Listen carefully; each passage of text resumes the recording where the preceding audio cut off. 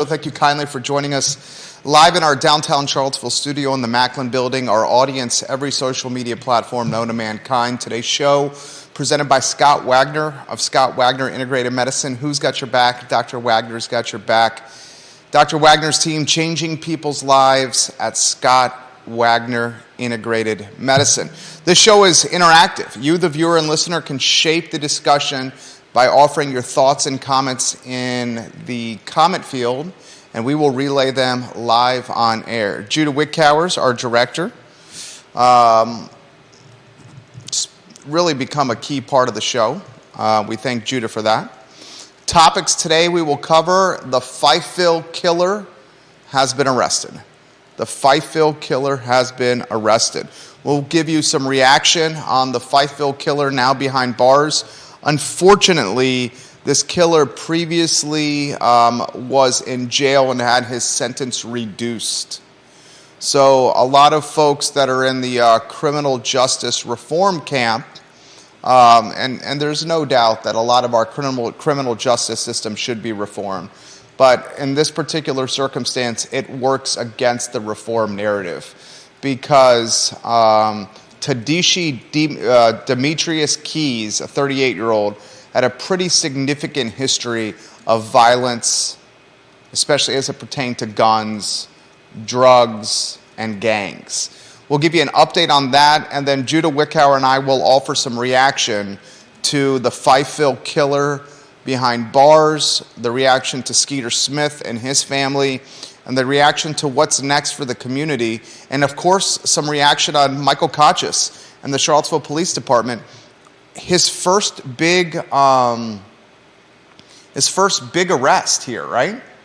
This is Mike Kachis, Charlottesville Police Department, newly minted chief. This is his first big arrest. So we'll talk about that today on the show. We'll also highlight a new restaurant that is for sale, Firefly, in the city of Charlottesville is for sale. I've been consistent with my message on this talk show, guys. Restaurants are coming up quickly for sale, and more are coming. I don't want to spill the beans. We've known about Firefly coming on the market for sale for months now. Whether this initially happened to be an internal deal selling Firefly to team members and that deal did not work out, now it's on the market and you, the viewer and listener, have an opportunity to buy this restaurant. We'll talk about that on today's show. We'll talk about the new business that's coming to the Flaming Walk location on Route 29. I interacted with a Charlottesville City Planning Commissioner over the weekend on Twitter. He offered some perspective on what we can expect at the old Flaming Walk location on Route 29. Flaming Walk, Judah, one of my favorite places when it was open, because you got the little pieces of chopped up shrimp flipped up in the air by the chef at the grill. For those that don't know, in fact, you can go on a two-shot here. Let's welcome Judah Wickhauer. We're on two-shot now. The hibachi style at Flaming Rock, where it was as much about the food as it was about the experience of watching the hibachi grill master prepare the food for us, and the flicking of the baby shrimp pieces, the chopped up shrimp pieces in the air, for us to go, whoa, whoa, whoa, whoa, whoa, and try to catch them in our mouth. That made that experience extremely enjoyable. That was my go-to spot for birthday dinner. It was a good one. Yeah. You could take sake shots, sake bombs. Oh, yeah. You had the shrimp flipped at you. It was a very communal setting around the hibachi grill where you were kind of like facing everyone. Yeah. It was a special place. I'm going to let you know what the new business is planned for the old Flaming Walk location. It's a storage facility, a self-storage facility. That's very exciting. In that location. Rory Stolzenberg responds to a Twitter thread that I'm a part of over the weekend, and he says, and Rory Stolzenberg is a planning commissioner of Charlottesville City, he said a self-storage company submitted a rezoning request in October. It is still pending. A couple of folks in that Twitter thread were obviously very bored, not impressed that it was a self-storage facility coming to the Flaming Walk location, specifically because of its front-facing location of Route 29, a dining and entertainment shopping corridor. They thought a storage facility perhaps was not the best use of that property. We'll take a deep dive on that on today's show. I also want to talk about something I posted over the weekend. I can't believe I'm saying this. Charlottesville City is on the short list for, are you ready for this, Judah? On the short list, Charlottesville City for a regional technology hub. And this regional technology hub, also on the short list, Blacksburg, Virginia and Lynchburg, Virginia, would get funding from the federal government to the tune of $10 billion. Wow. Currently, Blacksburg, Charlottesville, and Lynchburg, according to cardinalnews.org, a fantastic website, they are on the short list for federal funding that would allocate $10 billion to Charlottesville City. And this tech hub, regional tech hub, would undoubtedly take Charlottesville as we know it today, an emerging tech market, and take it to another level. This $10 billion shortlist funding from the federal government is coinciding at the very same time the data science school on Ivy Road is near completion or approaching completion. That, of course, led by a $125 million donation from Joffrey Woodruff. Within the last 2 weeks, we know the Paul Manning family donated $100 million for a biotech institute at Fontaine Research Park. Yeah. So having a $10 billion federally funded regional tech hub would seem to complement a biotechnology institute and a data science school extremely well. We'll take a deep dive on this, specifically how that's going to change Charlottesville, Virginia. Why don't you go to a one-shot so they can see the headlines back on screen, then we'll weave you in on the Fifeville killer, arrested and behind bars. I also want to talk about Charlottesville City. The population is declining in the city of Charlottesville. Albemarle County's increasing, Louisa County's increasing, but in the city of Charlottesville, the population is down. We'll kind of take a deep dive why Charlottesville City's population is declining. I think one word, it's the cost of housing. It's extremely expensive. And if you can't afford to live here, you're not going to get counted in the census. So we'll talk about that on today's show. Ann Malik is very near announcing yet another term on the Albemarle County Board of Supervisors. Judah, let's test your knowledge here. Why don't we go to a two-shot? Welcome, Judah. Ann Malik, Board of Supervisors. How many terms would this be for Supervisor Malik? God, you can't respond. Tell us how you really. I hope that's not directed at Supervisor Malik. No, it's good Lord, what a response. She watches the show, you know that, right? Directed at me having that kind of knowledge. I'm going to say 5. Yes. Yeah. This would be, if she gets elected again in November, her 5th term. Well. That is, does that concern you? 5 terms? Does that concern me? I mean we've talked before about how about term limits? Yeah. Ann Malik legitimately will be on the Board of Supervisors if she wins again. And in history, if history's an indicator, she's won 4 straight terms. So, and she's the incumbent. Yeah. We got to say she's the favorite to win as a 5th term, right? Most likely, yeah. On paper, she's the favorite. 4 straight terms, and she's got the value proposition of being an incumbent. Yeah. Okay, we're following closely to see what Steve Harvey's doing in front of the program, whether Harvey's going to run for Board of Supervisors or school board. I think that's perhaps still up in the air. There was at a time, well, he announced on this show, Steve Harvey, that he was going to run in the Whitehall District for Board of Supervisors. Literally, he announced it on this show. Then, because of his profession, he chose to, working for Ryan Holmes, he chose to run for school board instead. Now the chatter is potentially Board of Supervisors. Okay, but 5 terms for Supervisor Malik if she wins. She currently is 72, almost 73 years age. I want to ask these questions. Does 5 terms worry Albemarle Countyans? Does 73 years old worry Albemarle Countyans? I'm not trying to be an ageist here, but when the term is over, she's going to be 77, 78. Okay? Not trying to be an ageist here. Is a Board of Supervisor who's in her mid-70s to late 70s when the term is over a reflection or a barometer of Albemarle County citizens? Is it what Albemarle County citizens want in one of 6 people determining a $500+ million budget? So we'll take a deep dive on that topic today on the program. I also really want to take a deep dive on the 80% of workers who quit during the Great Resignation. Remember during COVID when everyone was quitting? Yeah. 80% of those workers now regret quitting. 80% of workers who pieced out of their jobs during COVID and the Great Resignation, as many of us decided to, how would you describe the reaction during COVID with workers? Quarter-life crisis, midlife crisis, synonymous to that? Workers determining that they no longer wanted to do the 9-to-5 grind, the 9-to-6 grind. Workers choosing a minimalist or Spartan lifestyle to keep overhead down. I mean, how would you characterize what happened during the Great Resignation with workers quitting? I mean, that's hard to say. I think there were a lot of different reactions from a lot of different sectors. I think some people realized that their jobs weren't sustainable. I've said it before. You know, you tell someone they can't come into work for 6 or 12 months, and they were barely making ends meet to begin with, and then you want them to go back to the same job now that they're $3,000, $6,000 in debt, and they're just going to go back to a job where they were barely making ends meet. That just doesn't make sense. I think others, just decided that with everything going on, it was time to make a change, time to try something different.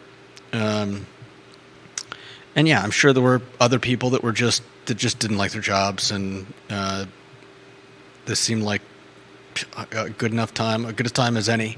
80% now regretting it. Yeah. We don't know though that they would have regretted staying had they all stayed. It could be a case of the grass is greener on the other side. That's exactly what it is. And if they had stayed, that's the case of what it is. If they had stayed, chances are, I mean, I doubt anybody would have done a poll on do you regret staying at your job during COVID? I don't think anybody would run that poll, but if they had done it and all these people had stayed, I'm pretty sure that a lot of them would be just as regretful of staying in their job. I think part of it is a case of the job market just being trash right now. Well, I think we'll take a deep dive on that, and that topic comes into play. I think it's the definition of thinking the grass is greener. Yeah, I'm sure that's a lot of it. And then realizing the grass was not, in fact, actually greener when they quit the job. And now what's happened from COVID, when the Great Resignation was happening and everyone was quitting, now we're post-COVID and still reeling in this inflationary period where things are extremely expensive and folks are getting pinched with their wallets and their purses and their pocketbooks, and they're realizing, good Lord, I made a tremendous mistake here. We'll take a deep dive on this. We'll look at it from every perspective today on the I Love CVille Show. And unfortunately, I have to talk about that UVA loss at Blacksburg at Castle Coliseum to the Virginia Tech Hokies. Warrior AG, Albert Graves, if you're watching this fair and fine talk show, I want to applaud you and your boys. You're a Virginia Tech fan. You're a Hokie fan that is a legit Hokie fan through and through. And I'll give you props when your team does well. You outclassed, outplayed, outworked, out-hustled, out-X and O'd Virginia basketball on Saturday, a very demoralizing loss for Wahoo Nation that was 6th in the country. The lead of the program, however, is the Fifeville murderer, the Fifeville killer now arrested. Yeah. I think the moniker for Tadishi Demetrius Keys, the 38-year-old killer, his nickname in perpetuity is now Fifeville Killer. He took the life of Eldridge Skeeter Smith, a 36-year-old father and husband, outside of Fifeville Park while Skeeter Smith was on his way to the University of Virginia for work. So much to unpack from this. This was a murder that had, Judah, notoriety and media attention. Certainly captivated much of this network for the week and change that we were living in. Yeah. I think we need to highlight the following, and then I want your take. This is Michael Kochis, the new Charlottesville Police Department chief. This is his first big splash on the job. No, not surprising that Kochis, the police chief, was the one giving the quotes to the media after the Fifeville killer was arrested. Yeah. Oftentimes you see a spokesman interacting on behalf of the department.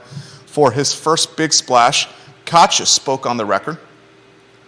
I want to applaud the Charlottesville Police Department for solving this quickly.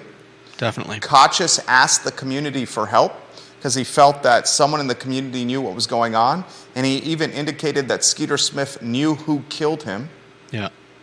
And proves to be correct. With the help of the community, the Fifeville killer now behind bars. Here's a concerning element of this turn of events. Tadashi Demetrius Keys. I think it's Tadashi. Tadashi, is it? There's two A's. I honestly don't know. Tadashi. All right, let's go Tadashi. He was previously sentenced to life imprisonment on a drug and gun charge, but had his sentence reduced. Yeah. This guy was a free man for less than 6 months before he killed again, Judah. Yeah. It's tragic. It's tragedy. And whether you're in favor of criminal justice reform, whether you're opposed to criminal justice reform, whether you would like the law and the court to prosecute to the fullest extent of the law, or whether you would like the law and the court to show empathy and offer second and third chances, the reality is this. Tadashi Keys, Demetrius Keys, was released from prison in September, and by January he had murdered somebody. Yeah. I'll say that again. The Fifeville killer was released from prison in September, and by January he had killed a son, a husband, a father, a Buck Squad volunteer, Yeah. and a community institution. A lot to unpack on this storyline. What strikes you first from the Fifeville killer arrested, from the life imprisonment on drug and gun charges, sentence getting reduced, from him getting out of bars in September, killing in January, Kochis making his big splash, first big splash as chief of the police? So many storylines here, Judah Wickauer. Yeah. Well, I agree. I think Kochis wisely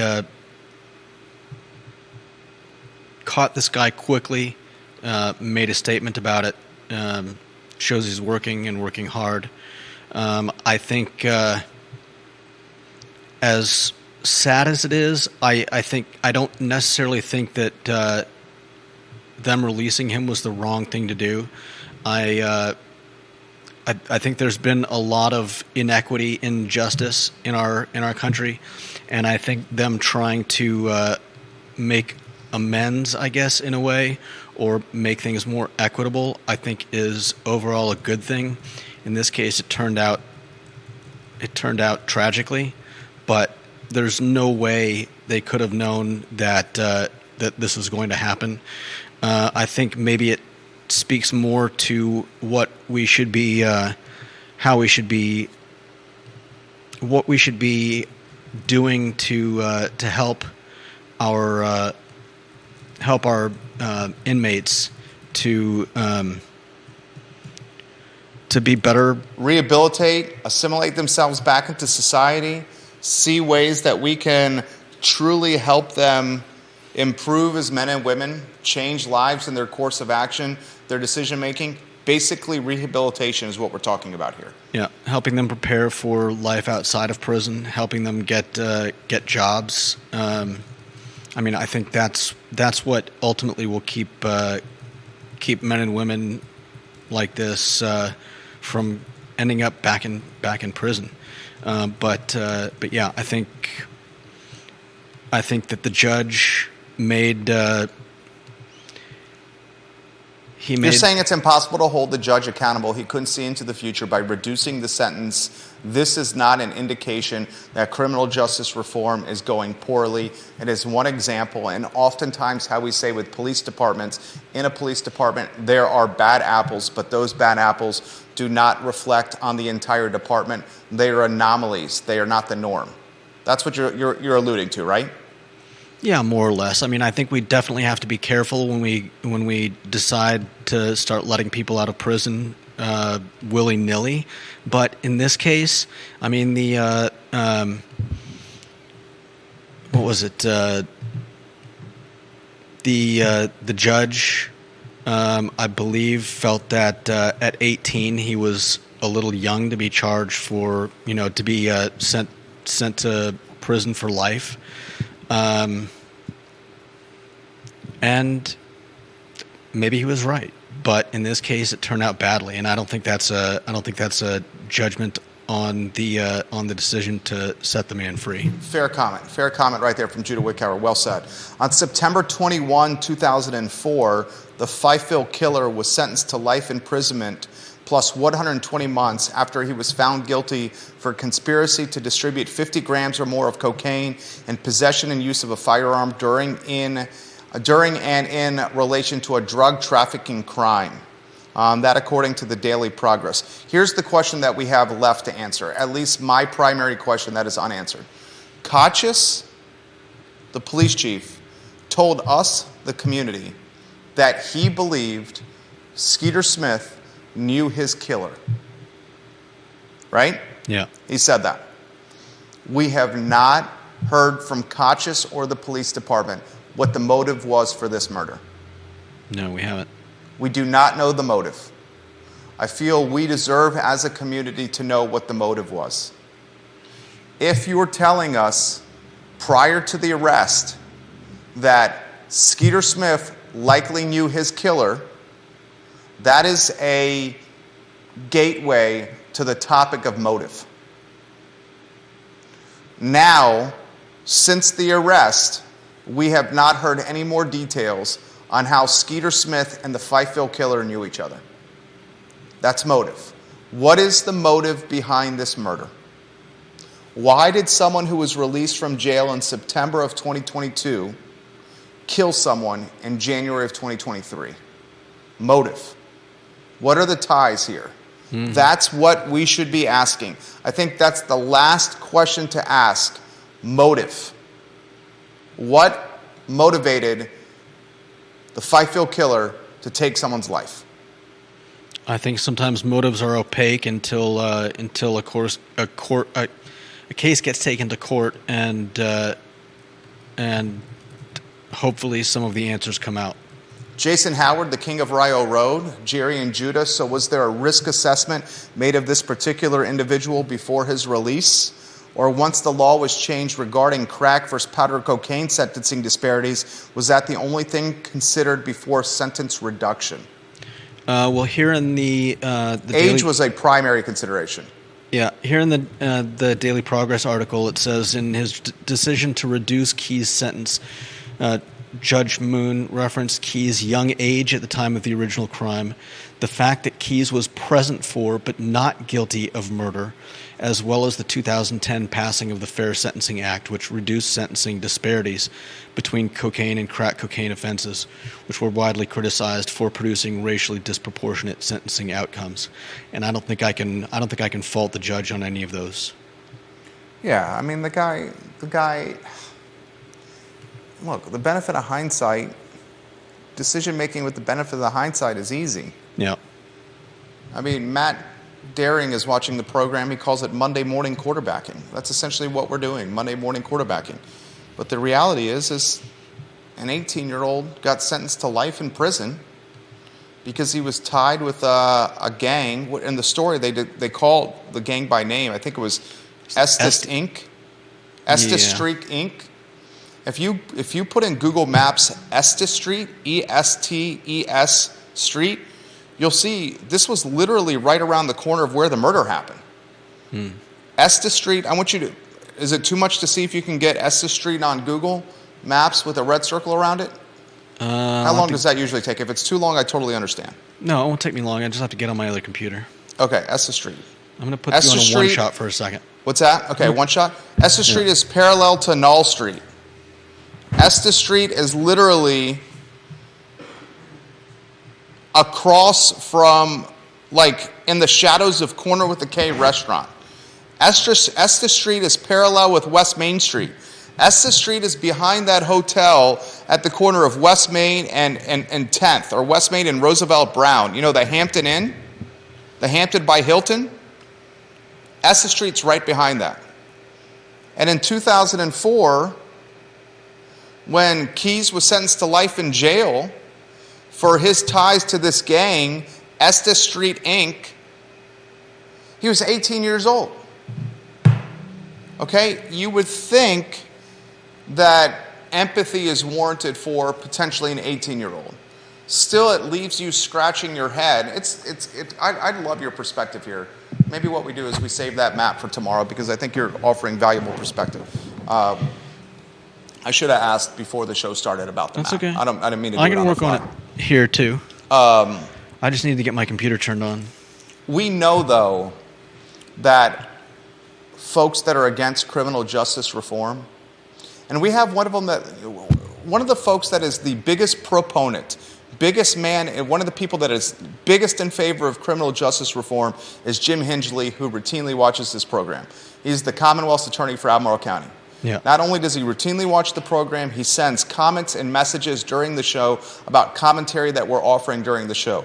I have tremendous respect for Jim Hingley, the Albemarle County Commonwealth's attorney. I love when he watches the show. I love when he offers his comments on stuff we're talking about and shapes the discussion. He ran a campaign on criminal justice reform, and Albemarle County voters put him into office. He was on this set during his campaign and after his campaign talking about criminal justice reform. Yeah. A lot of what Jim Hingley stands for, a lot, I am all in favor of. Yeah. However, what happened here when someone is released from jail in September after having his sentence reduced and then he goes and kills in January, we know that folks are going to utilize that to knock or to put down criminal justice reform. Yeah. And that's just human nature. Right. That's human nature. I think the next steps we would like to hear from Kachis, the chief of police. What was the motive of this killing? Yeah. Follow-up question to that know. should be this. Follow-up question to that. Just saw David Toscano walking by right there. Follow-up question. Do we have a gang violence problem? Is it time to eventually admit, if you're Kachis and the police, that all these murders are related? Because right now the line from the police is that the murders are not related and they're isolated events. Should we get true clarity and transparency from the police department on the motive, and true transparency and clarity from the police department, Judah, on the gang-related nature, if there is gang-related nature, for all these shootings that have happened in the last 30 to 60 days? Yeah, I think it would definitely be enlightening and beneficial for us to have some word on the connection between, everything. I don't think anybody is not aware of the number of gunshots that have been heard around Charlottesville in the last few months. Yeah. And with the ubiquitous nature of social media, that chatter, especially tied to gun violence or gun shooting, spreads like wildfire. Spreads like wildfire, and it really has spread like wildfire of late. So that's what I'd like to see. Police Chief Kachis, your spokesman, Kyle Irvin, was watching our morning program.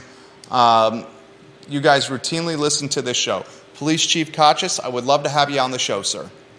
I'd love to introduce you to the community.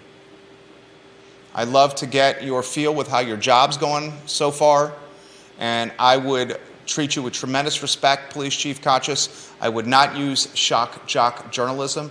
I would ask you reasonable questions like, what's the motive behind this murder? How significant is the gang violence problem that we have in Charlottesville and Albemarle County? How do we fill the vacancies in your police department? And how have you done so far with creating a community-oriented police force? I'll ask you questions like that I think are very fair and applicable, but I would not use shock jock journalistic tactics while you were on the program, sir. You have my word. And in fact, if you ask around, people would also confirm that I would not do stuff like that to you, sir. Skeeter Smith's family, maybe some closure. Maybe. With the murderer now behind bars, maybe. We're still praying for your family, especially for your kids who will grow up without a father. Yeah. Praying for you guys. What's next? Before we go to the next subject, what's next on the Fifeville murder? It's the motive answer, and it's how serious is the gang problem answer. That's what's next. Now, let's go to a different storyline, and this is something we've been kind of hinting at that's going to happen for a while. The Firefly restaurant's for sale. More restaurants are coming on the market, guys. I know of 6 that are about to hit the market. 6 established restaurants locally. Firefly is now for sale. Melissa, the owner, took over the restaurant after her boyfriend at the time passed away. Rest in power. Melissa carried the legacy of Firefly as much because she enjoyed it, but also as much because she was carrying on the legacy of her deceased boyfriend who wanted to do this business. Firefly is an intriguing business. It's a massive space. Have you ever been? Oh, yeah. It's a massive space. They have arcade games, skee ball, pool table, massive bar. They have some outside seating. They have parking. The proximity to downtown is there. It's a neighborhood bar. Yep. Happy hour's good. Price points on the menu are fair. Fantastic restaurant. Here's the reality of owning a restaurant in 2023. Finding someone to work for you is extremely difficult. And the people that do want to work for you don't want to work long hours, and they want to pay top dollar. On top of that, cost of goods is through the roof right now, and you cannot pass on those cost of goods to consumers without pricing them out of your business model, in particular a business model like this that is pub fare. There's only so much money someone's going to spend on a sandwich or a burger and an appetizer in a setting like Firefly where kids are running around, families are running around, and it's loud. Yeah. So profit margins have been eviscerated. Been absolutely eviscerated. The idea was to sell Firefly to folks on staff. That deal did not materialize. Everyone wants to continue the legacy of a restaurant by selling a restaurant or a business to a team member, a key team member, a trusted team member who's emotionally and physically invested in the brand or business. The reality is, when you have to go to a bank and get financing, not everyone has the credit score or the savings or the financial know-how of putting a business model together to get a loan, a commercial loan to buy a business. And if you think getting a loan to buy a house is difficult, as someone who brokers a boatload of business deals, getting a loan to buy a business is exponentially more difficult than getting a loan to buy a house. Okay? There's not many folks that want to lend money to first-time entrepreneurs to buy a business, in particular a restaurant business in a saturated market like this. Before we go to the next topic, Firefly for sale in the city of Charlottesville. What do you make of this, Judah Wickower? I mean, with the businesses that we've seen up for sale, it's not really surprising. I hope they do find someone who is willing to continue the brand. I've always liked them. They got Firefly's great. They've got great tachos. Yeah. And I like their what do you call it? Tater tot nachos. Is that what you call them? The tachos. Yeah. Those are great. Tater tachos, something like that. Tachos are great. Yeah, I love those. I've I've had brunch there. They do great brunch. The only slight strategic error I saw from Firefly and from owner Melissa was the selling of the food truck. She recently sold the food truck. Was it to the pharmacy team? I don't know. I think it was the pharmacy team, another food service business. Selling the business with the food truck was how I would have sold Firefly. Piecemealing the food truck prior to the sale of the restaurant, I think, impacts the potential of the business. When we sold Moe's Barbecue on Ivy Road, Yeah. The addition of a food truck was a selling point. was a selling point for Derek Bond to buy it from Mike and Ashley Abrams. Yeah. He knew he was buying a brick and mortar restaurant, Moe's on Ivy Road, Derek Bond, who owns the Melting Pot, and then he also knew the food truck was included in the deal. So that offered promise for him, Yeah. potential. It was a sweetener. It was a sweetener. It was great, and that's what helped get that deal through the finish line. That was a six-figure deal we brokered there. All right, let's go to the interaction I had with Planning Commissioner Rory Stolzenberg on Twitter. The old Flaming Walk location has now, and many of you guys have seen this on Route 29, there's an under contract sign on the Flaming Walk location. Rory Stolzenberg responds to the thread I'm in with friend of the program, John Blair. Rory Stolzenberg's a friend of the program. I like you, Rory. I think you're good people, Rory Stolzenberg. I like when you come on the show, Rory. You're very knowledgeable, Rory. You read a lot. He indicated in that thread with myself and John Blair that a self-storage company has submitted a rezoning request this past October, which is still pending, for that Flaming Walk spot. Yeah. Look, I'm a free market guy, and I don't want the government telling entrepreneurs and landowners what they can do with their land. Yeah. But the question is this: is a self-storage facility the best use of that land on Route 29? Yeah, I don't know. I mean, it's. I feel like it's less of a dining corridor, but it is sad to see that go to something. And are they? I've seen a lot of self-storage units going up lately. There's a boatload. Is there? Well, you know why that is. Is there really a need for that much? I think so. You know why that is? I responded to this. Storage facilities are fantastic businesses. Here's why they're fantastic businesses. They can be automated, which means you need very little labor. Yeah. You enjoy monthly reoccurring membership or reoccurring monthly revenue streams, i.e. renting the storage units. The owners of the storage units, it's a hands-off investment. Yeah. So you get the revenue that comes from the business itself. Then on top of that, you're essentially banking the land and going to enjoy the appreciation of the land in Almore and the city as it continues to gain value. Here's the question. Here's the curious aspect of all this. The Flaming Walk location on Route 29, you would say that is a coveted piece of dirt. It's on Route 29. A boatload of cars drive by. You wouldn't say it's off the beaten path. You would say it's very much in the what's the word? Hullabaloo? Hullabaloo? Yeah, right? It's very much in the excitement and the shopping and the entertainment. It's a popular area. Yeah, it's pretty central. I mean, it's right between. It's pretty much midway between between Stonefield and the stuff across the street and the Fashion Square Mall. So my point is this: the only curious aspect of this deal is buying that land not cheap. Oftentimes, you see storage facilities off the beaten path. Right. Where the dirt is cheap. Yeah. Back behind Woolen Mills. Yeah. Cheap dirt means less debt service every month to develop the project.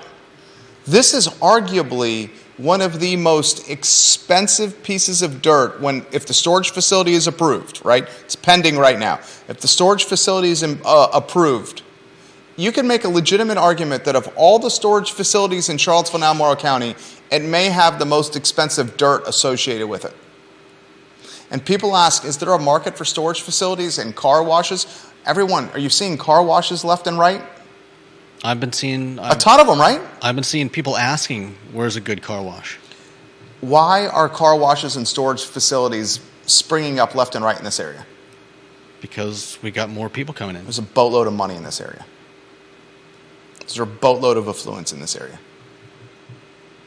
And storage facilities and car washes are amenities that are associated with affluence and wealth. Boatload of money. That's why you're seeing these facilities pop up. So if you're just tuning into the program, the Flaming Walk, Route 29, the land under contract, and according to Planning Commissioner Stolzenberg, a storage facility is looking for approval after submitting a rezoning request in October. It's still pending. Next topic. My question is, when are we getting another hibachi place around here? That's a great question. Last time I think it might have been a couple years ago. My sisters were in town, and we went to Waynesboro. For the hibachi? Found a hibachi place for my birthday.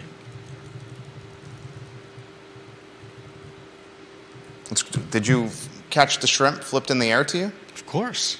Did you ever? I've seen you. You're very good at stuff like that. Good spatial awareness, I think. Yeah, you're good at spatial awareness. Was the shrimp flipped in the air for you? Oh, yeah. Did you catch it? Yeah. Which of your family members missed the shrimp flying through the air and had the shrimp strike them in the eye or the jugular or stain their shirt? You can call them out. Don't have that clear a memory of. Which of the Wickhowers got the stained shirt or caught the shrimp piece in the eye? I don't remember, but not Big Jim. I do love the onion volcanoes that they make. Those are always a highlight as well. Matt and Katie Pearl says Sakura by Target is amazing, Judah. You should try it. There's a Sakura by Target that's hibachi, and it's absolutely amazing. All right. You make a note, put that on the family chat. Yeah. That could be the Sunday after church dinner spot. Yeah. Right? If we're willing to go out there. I mean, you just have to drive. You just have to drive 29 hours. KTP, good call. Katie Pearl is the queen of Whitehall, and she routinely makes this program better. Katie, we love when you watch the show, KTP.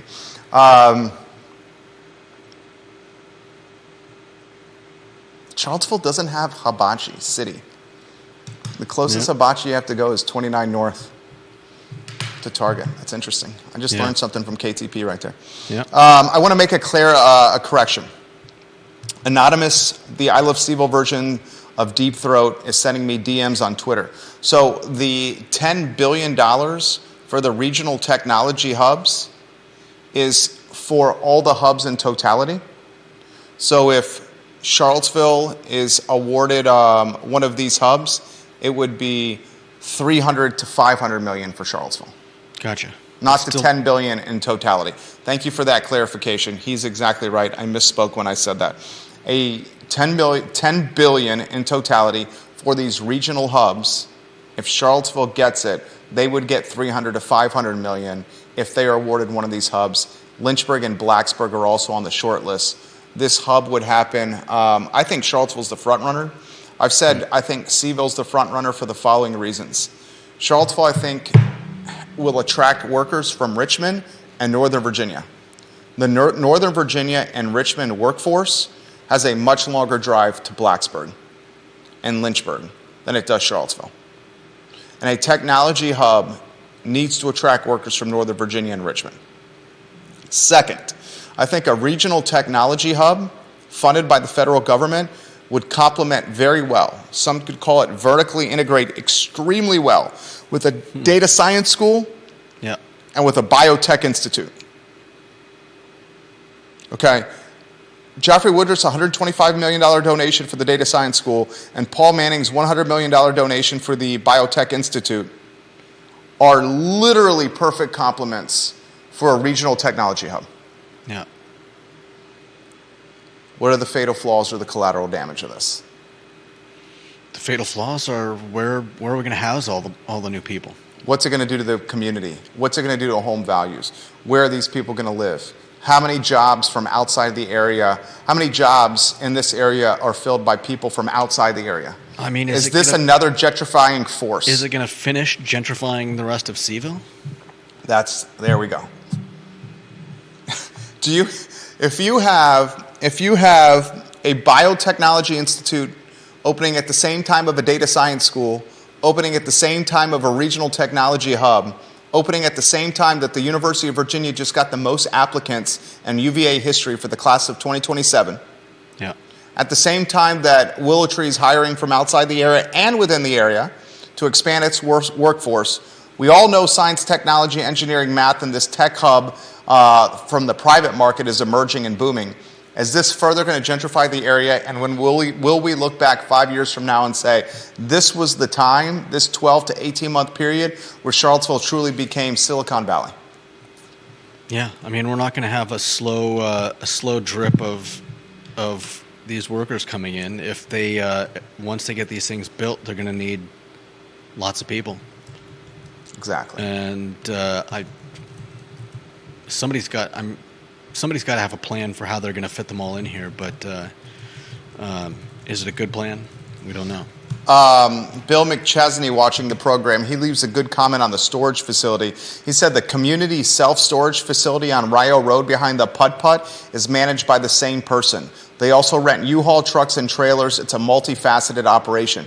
That's the way a lot of them work. I used to use the one behind the Putt-Putt, and yeah, I've done everything from rent U-Hauls to blankets and push carts, and had big spaces and small spaces there. And you also banged your ball through the windmill and got a hole-in-one on number 17.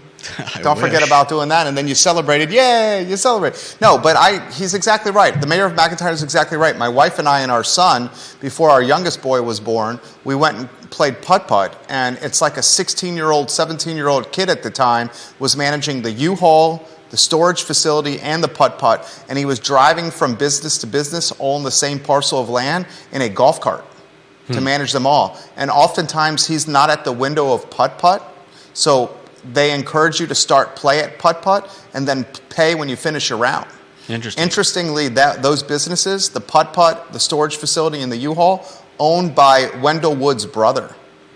How long have they been connected? Because for as long as I can remember, they've been connected. Okay. Bill McChesney, how long have those been connected? I've been here 23 years, and for as long as I can remember, those businesses have been connected. Because when I was using that storage space, there was always, during business hours, somebody in the storage space office. Bob Yarborough says, what's happening in Charlottesville feels like Austin, Texas, man. Anonymous on Twitter. Anonymous, are you still watching? He has said multiple times on this show, the I Love CVille Network's version of Deep Throat, that Charlottesville's future very well could be Austin, Texas. When we look back down the road, when my sons are in high school and middle school, will we look back to 2023 and 2024, data science school, biotech institute, and potential regional technology hub? We're talking, good Lord, if you combine those all together, let's call it it's either 300 to 500 million for the regional biotech hub if Charlottesville's approved by federal government. Yeah. Let's just say that number is 400. We'll split the difference and say 400. So 400 for that. The Paul Manning Institute was jump-started by 100 million from Paul Manning, but there was also money contributed by UVA and the Commonwealth. I think that was 350 million in totality. So 400 million and 350 million is 750 million for those two.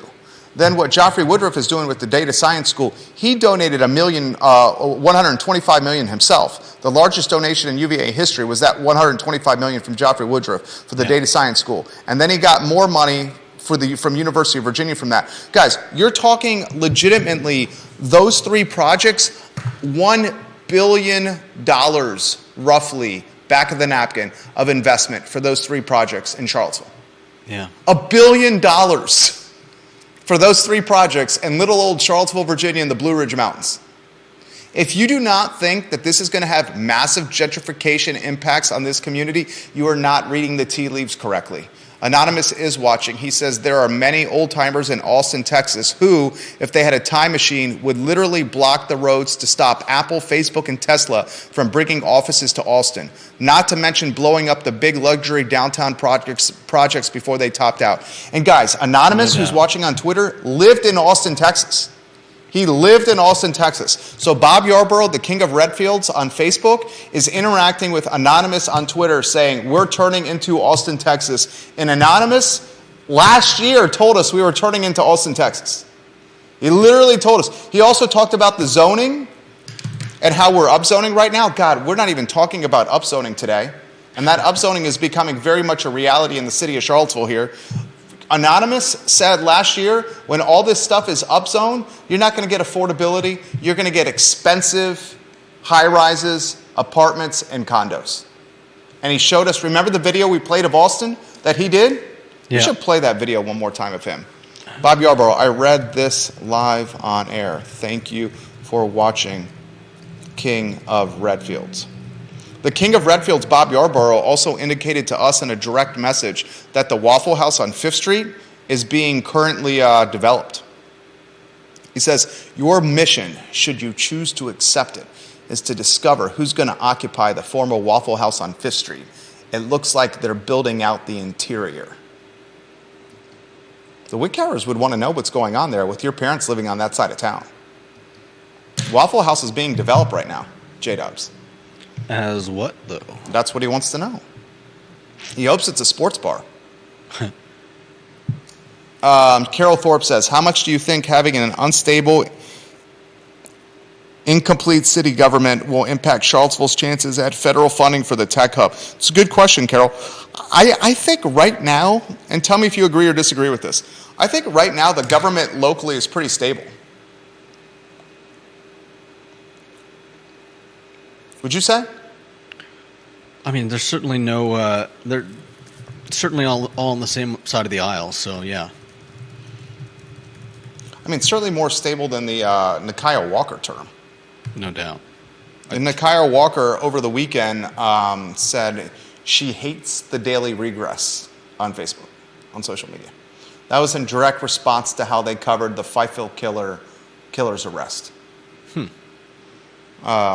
Vanessa Parkhill's watching. She's the queen of Earlysville. She says Socorro and the Hollymead Town Center is near Target. She lives on that side of town. I think Vanessa likes that. And she wants to know, is the storage facility on 29 going to be multi-story like the one on Hydraulic near the laundromat? I would imagine it's going to be multi-story. But that's a question for the Planning Commissioner Rory Stolzenberg. Rory, are you watching the show? If you are, let us know. Curtis Shaver, friend of the program, Curtis Shaver, recently engaged, soon to marry the beautiful Jules. Curtis Shaver. He says, Jules and I went to Socorro in Hollymead Town Center. It was great.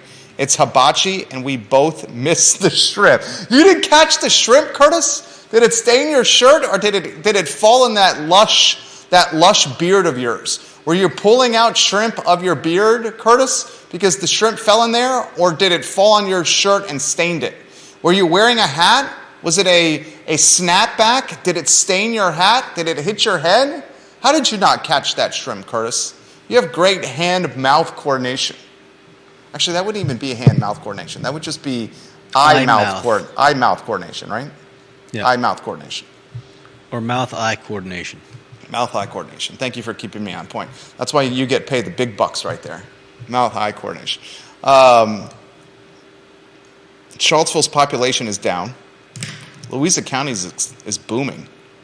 What do you make of Charlottesville's population being down? Affordability. Yeah, I don't know much directly tied to affordability. I don't know much about Louisa, but I imagine can't be less affordable than Charlottesville, can it? John Blair started a thread on Twitter, and the 2 years since the census, here's the actual amount of people moving in or out of local cities and counties. Albemarle County is plus 2,877 people. Augusta plus 636, Fluvanna plus 610, Greene County plus 517, Louisa County plus 2,193, Nelson County plus 188 people, Rockingham plus 456 people, Harrisonburg plus 440 people, Stanton plus 376 people, Waynesboro plus 399 people. The only jurisdiction down in the 2 years since the census is Charlottesville City with a decline of 141 people. And the source for this information, according to John Blair, is the components of an Excel table found at demographics.coopercenter.org. Charlottesville is down in population. The only thing you can attribute that to is affordability, right? Yeah, I mean, it's not down so far that because jobs are here. Like a diaspora. I mean, but a decline of when all the neighboring ones are up. I mean, Louisa's up 2,193. What's the population of Louisa County? Let me look that up. And you keep talking. Please, sir. I'm sorry. I just asked you to talk and then I stopped, interrupted you here. Go ahead. I mean, I don't know that I have a whole lot to say. You listed off a whole lot of numbers, and I don't know how much they mean to me. But yeah, I mean, CVille is seeing a spike in house prices. It's seeing a spike in everything. Everything, yeah. What thing in Charlottesville has dropped in price? If we could name one thing in the city of Charlottesville that has dropped in price, viewers and listeners, what would it be? What has dropped in price in the city of Charlottesville? Gas went down a little bit recently. No, gas hasn't gone down in the last 2 years. Well, yeah, it has. In the last 2 years. Like a few weeks ago, it was in the beginning of COVID, it was $3.50. During COVID, it was like $1.80. I'm saying in the last 2 years, the same period of this census, what has dropped in price? Yeah. Name one thing that has dropped in price in the city of Charlottesville. Anyone? Can anyone name one thing in the last 2 years that's gone down in price? I can't. Can you? I can't think of anything. A single thing. No idea. Right? I mean, maybe the only thing you can think of, I can't think of a single thing. Louisa County's population is 38,848. 38,848. So when Louisa County jumps 2,193 people, you're talking 5%. You're talking more than that. You're talking 6-7% of the population there. Did you say 38,000? 38,848. And it went up. 38,848 times 6%. Yeah, you're looking at. Your guess was good. 5.5%. 5.5% uptick in population is massive. What does Louisa County have? You know what Louisa County has? I'll take it a step further.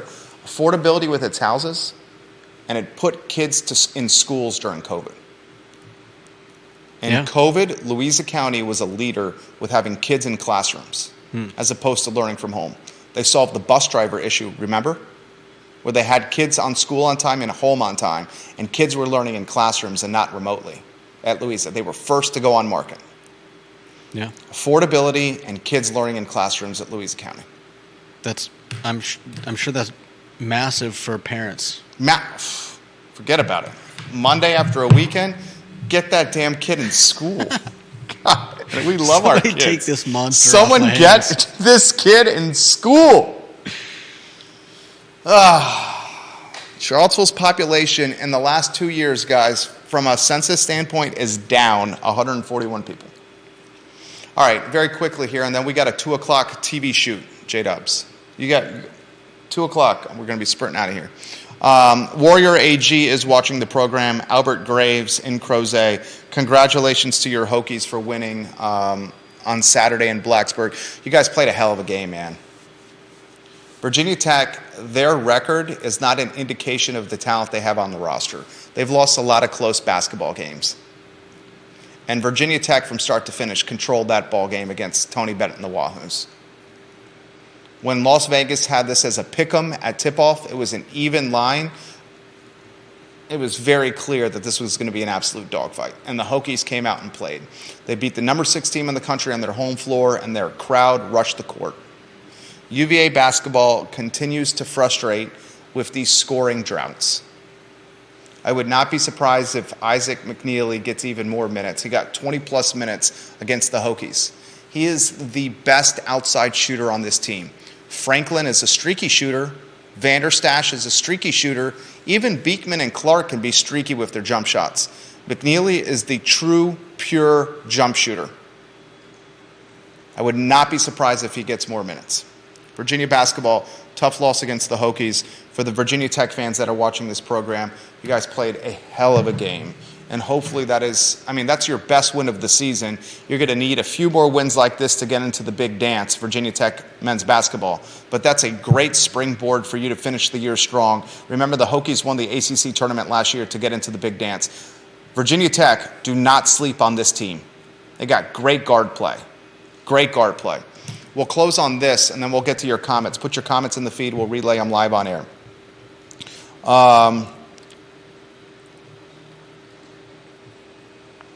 80% of workers regret quitting their job during the Great Resignation. Are those 80% of workers currently, as the job market has gotten way tighter, are they now significantly underemployed? That's a topic for tomorrow's show. The 80% of workers that quit during the Great Resignation, are they now significantly underemployed versus their status during COVID when they had their job? If they're regretting it, that's a clear sign that they're underemployed and not making the same kind of money. We'll talk about all those topics and more tomorrow on the I Love CVille Show as Judah Wickhauer and I sprint to a TV commercial shoot on Route 29. So long, everybody.